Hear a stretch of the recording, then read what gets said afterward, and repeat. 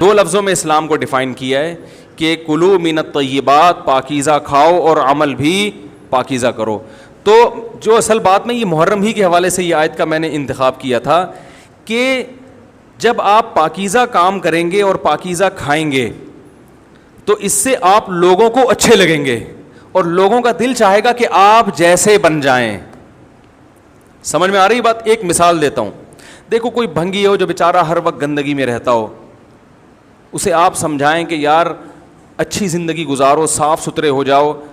آپ نے کسی دن اس کو نہلا دیا, بہترین کپڑے ڈیٹول سے نہلایا, سروس کروائی, کیونکہ ظاہر ہے وہ اتنے دنوں سے ایک کام کر رہا ہے تو وہ سروس کے بغیر دھلے گا نہیں. سروس کروائی آپ نے اس کی, خوب نہلا دھلا کے اس پہ اسپرے چھڑک دیا آپ نے, اور 3 دن تک کنٹینیو یہی کام کیا, تو آپ مجھے بتاؤ اس کو برا فیل ہوگا یا اچھا فیل ہوگا؟ کہے گا یار بڑا مزہ آیا. اس کے دل میں اپنے کام سے نفرت پیدا ہونا شروع ہو جائے گی. تو اچھی چیز میں, اچھی طہارت میں, پاکی میں اللہ نے اٹریکشن رکھی ہے. جیسے صاف ستھرا آدمی اچھا لگتا ہے یا گندا اچھا لگتا ہے؟ صاف ستھرا اچھا لگتا ہے. تو صاف ستھرے اعمال والا بھی انسان کو اچھا لگتا ہے. تو اللہ تعالیٰ نے اسلام کو جو ڈیفائن کیا 2 لفظوں میں, اچھا کھاؤ اور عمل اچھا کرو. کیا مطلب؟ ایسا کام کرو کہ غیر مسلم تمہاری طرف مائل ہوں کہ یار یہ بڑے اچھے ہیں. تو کوئی ایسی رسم اسلام میں جس کو دیکھ کر وحشت ہوتی ہو, اس کا مطلب ہے وہ اسلام, بولو بھائی, نہیں ہے. کوئی بھی آپ ایسا عمل کر رہے ہیں, لیبل اسلام کا لگا رہے ہیں, مگر اسے دیکھ کر غیر مسلم کو گھنٹوں گھنٹوں سمجھانا پڑتا ہے یہ کیوں ہو رہا ہے, اس کا مطلب ہے کہ یہ اسلام, بولو نا بھائی, نہیں ہے.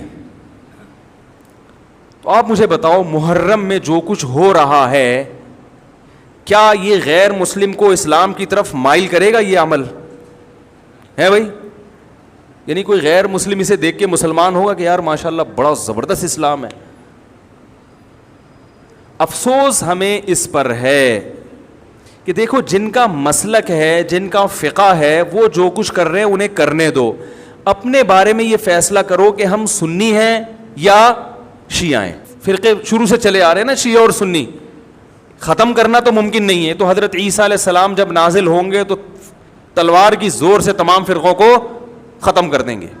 تو جو کام عیسیٰ علیہ السلام کا ہے وہ خود کرنے کی کوشش نہ کرو, جو حضرت مہدی کا کام ہے وہ خود کرنے کی کوشش نہ کرو. ہم کسی فرقے کو ختم نہیں کر سکتے, لیکن ہم اپنے آپ کو ڈیفائن کر سکتے ہیں. ہم یہ بتا سکتے ہیں کہ ہماری رائے میں صحیح کیا ہے. تو میرے بھائی, نبی صلی اللہ علیہ وسلم نے فرمایا 73 فرقوں میں سے ایک جنتی ہے. تو یا تو ادھر چلے جاؤ, یا بولتے کیوں نہیں, ابھی نہیں بول رہے تو پھر عمل کیسے کرو گے, یا تو پورے ادھر چلے جاؤ یا پورے ادھر آ جاؤ. مجھے خدا کی قسم اس پر کوئی اشکال نہیں ہوتا کہ شیعہ لوگ ماتم کیوں کر رہے ہیں, شیعہ لوگ یہ سب کچھ کیوں کر رہے ہیں, وہ جو ہے وہ مرثیے کیوں پڑھ رہے ہیں. مجھے اس پر اشکال نہیں ہوتا. ان کے دلائل ہوں گے ان کے پاس, ان کے علماء ان کو بتاتے ہیں. وہ کب کہتے ہیں کہ ہم سنی ہیں, وہ کب کہتے ہیں کہ ہم صحابہ کو حجت سمجھتے ہیں. ایک چیز کا انہوں نے دعویٰ ہی نہیں کیا تو ہم ان پر وہ کیوں تھوپیں ان کے سر پہ. لیکن میں آپ کی بات کر رہا ہوں, میں ان لوگوں کی بات کر رہا ہوں جو اپنے آپ کو سنی کہتے ہیں. تو بھائی پھر سنی ہو تو جو اہل سنت والجماعت کے جو چاروں مکاتب فکر ہیں, حنفی, مالکی, شافعی, حنبلی, اہل سنت کے ہیں نا, ان کی کتابوں میں کہیں بھی اس طرح کی کوئی چیز, بولو بھائی, نہیں ہے. ماتم کرنا اہل سنت کے ہاں جائز نہیں ہے. نبی صلی اللہ علیہ وسلم نے میت پر چیخو پکار کرنے کو حرام قرار دیا ہے. نوحہ کو جو میت پہ رونا پیٹنا ہوتا ہے, گریبان چاک کرنا, اس عمل پر آپ صلی اللہ علیہ وسلم نے لعنت فرمائی ہے. صحیح بخاری صحیح مسلم کی حدیثیں ہیں. حضرت جعفر طیار رضی اللہ تعالی عنہ نبی کے سگے چچا زاد بھائی میدان جنگ میں شہید ہوئے. 4 بیویاں بیوہ ہوئی ہیں, چھوٹے چھوٹے بچے یتیم ہو گئے. آپ نے ان کی بیویوں کو زور سے رونے کی اجازت نہیں دی.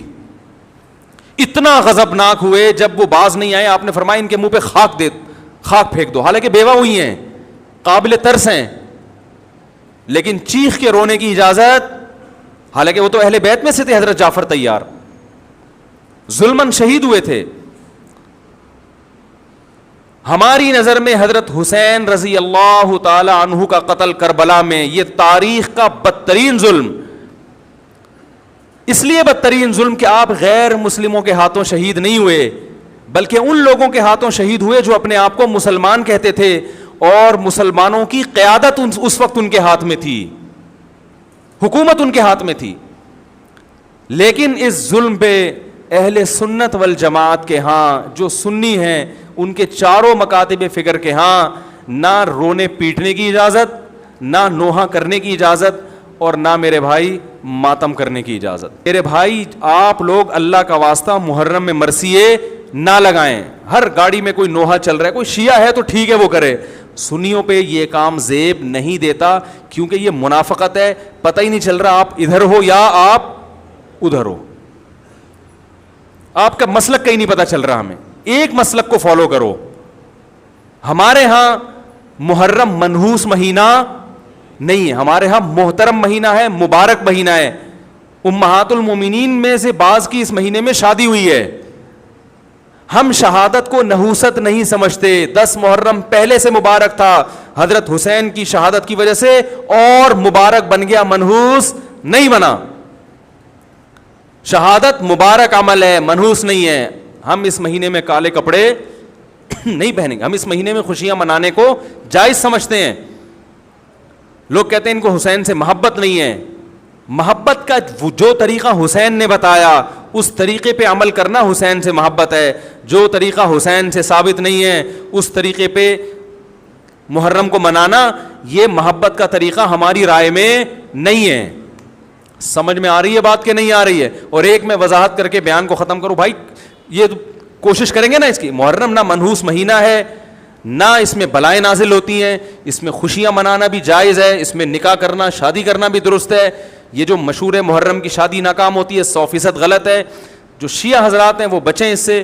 ہمارے ہاں یہ بالکل اس کی اجازت ہے, آپ محرم میں نکاح بھی کریں, محرم میں آپ اپنے بچوں کا عقیقہ بھی کریں, آپ اس جو ہے جو بھی خوشیاں ہیں آپ اس کی کریں, تاکہ اسلام کا جو رخ ہے نا, اسلام میں کوئی مہینہ منحوس نہیں ہے, تاکہ غیر مسلموں کے سامنے کم از کم ہماری طرف سے جو اسلام پیش ہو وہ یہ والا ہو, ان کی طرف سے وہ والا ہو. غیر مسلم کے پاس آپشن ہو کہ بھائی دیکھ لو ان میں جو اچھا لگتا ہے وہ والا اسلام آپ فالو کر لو, لیکن آپ بھی ویسے ہی بن گئے تو پھر اسلام کا ایک رخ جائے گا ان کے سامنے. سمجھ رہے کہ نہیں سمجھ رہے؟ تو اس لیے یہ گھروں میں مرثیے نہ لگایا کریں. میتوں پہ نوحہ کرنا, غم منانا ہماری شریعت میں پسندیدہ. 3 دن تک تعزیت ہے بس, اس کے بعد نہیں. اور عورت کے لیے شوہر کے مرنے پر 4 مہینے 10 دن عدت ہے.